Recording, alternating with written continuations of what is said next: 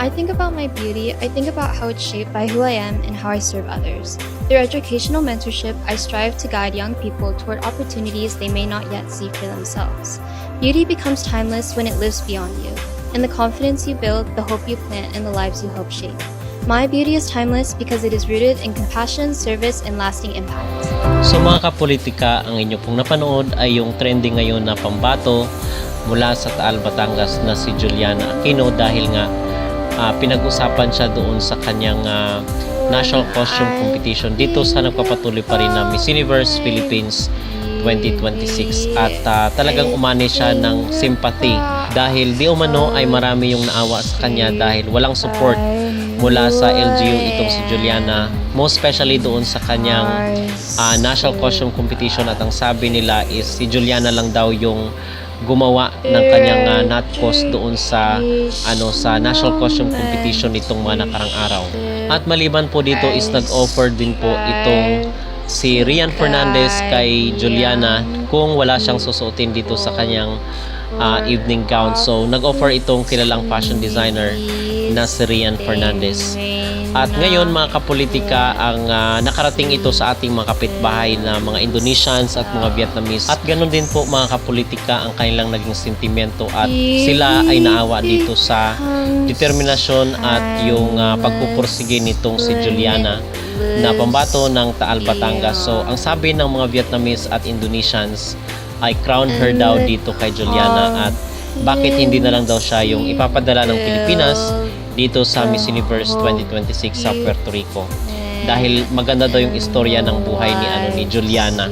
So ang sabi nila ngayon ay siya na lang daw yung ipapadala ng Pilipinas at kukoronahan natin para maging representative ng ating bansa kung saan ay umalma naman yung ating mga netizen, mga kapolitika na sabi ay hindi porke naawa yung mga tao, yung sambayanan sa kanya ay siya na yung magiging winner natin. Hindi naman daw ganoon na dapat yung pipiliin pa rin ng organization ay yung deserve dito sa corona ng MUPH 2026. So para sa akin ay totally agree doon sa mga nagsabi na hindi porke naawa at pinag-usapan siya, nag-down siya, naging trending siya, ay siya na yung ipapanalo. Of course, mga kapolitika, dapat pa rin tayong sumunod sa standard ng Miss Universe. At yung kayang ipagpadagulan kung walang makipaglaban, makipagpakpakan sa mga malalakas na candidate.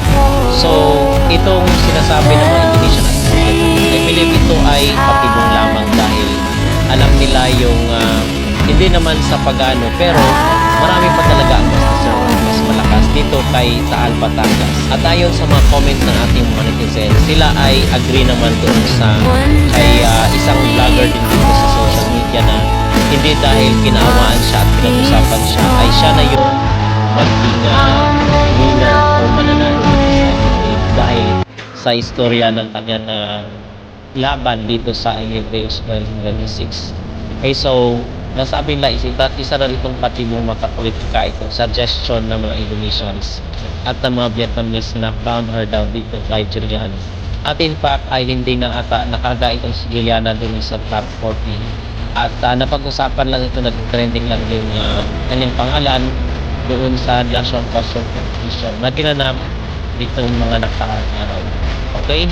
So, yun mga kapolitika ang ating masasabi ng kanila. So, dito sa suggestion at recommendation ng mga Vietnamese at ng mga Indonesian. At of course, tayo na mga Pilipino is alam natin paano pumili ng tamang candidate sa mga international competition.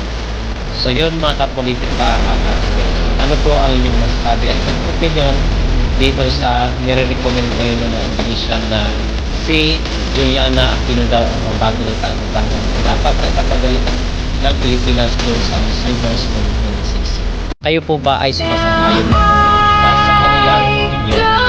Comment down below. Mag-like at mag-subscribe na rin kayo para updated kayo sa ating mga latest videos. Shout out sa mga taga Taal, Batangas dyan! Before I start this video, please don't forget to repost, comment, like para makuha natin yung pinakamalaking engagement for this one. Gusto ko maraming makakita nito. Gusto ko makaabot to sa maraming tao at bumilib sa ugaling meron tong babae na to. Let's talk about Taal Batangas for Miss Universe Philippines 2026. Lang health na nag-abot sa kanya nung sumali siya sa Miss Universe Philippines. Pero nag-pursue at diniretso niya pa rin. Among all the candidates na glabing glamorosa ang national costume nila, eto siya gumawa ng sariling national costume. Video siya nung nakaraan na ina-allergy siya pero still lumaban pa rin siya. Nag-deliberate ang organization at nakapasok pa rin siya. This is the epitome of women empowerment. Babaeng hindi umaatras sa kahit anong challenges sa life. Babaeng kahit hindi minsan napapagbigyan pero lumalaban pa rin sa buhay. Now, I want everyone to look at this girl. Galing siya, lumalaban siya, inilalaban niya kung ano yung lugar na inirepresenta niya. And that's what makes her a Miss Universe material. Now, this is not about awa. This is more of like, believe ako sa babae na to. Kasi regardless sa kung anong nai-experience niya during this competition, she pushed forward. And many people can relate and can motivate this girl.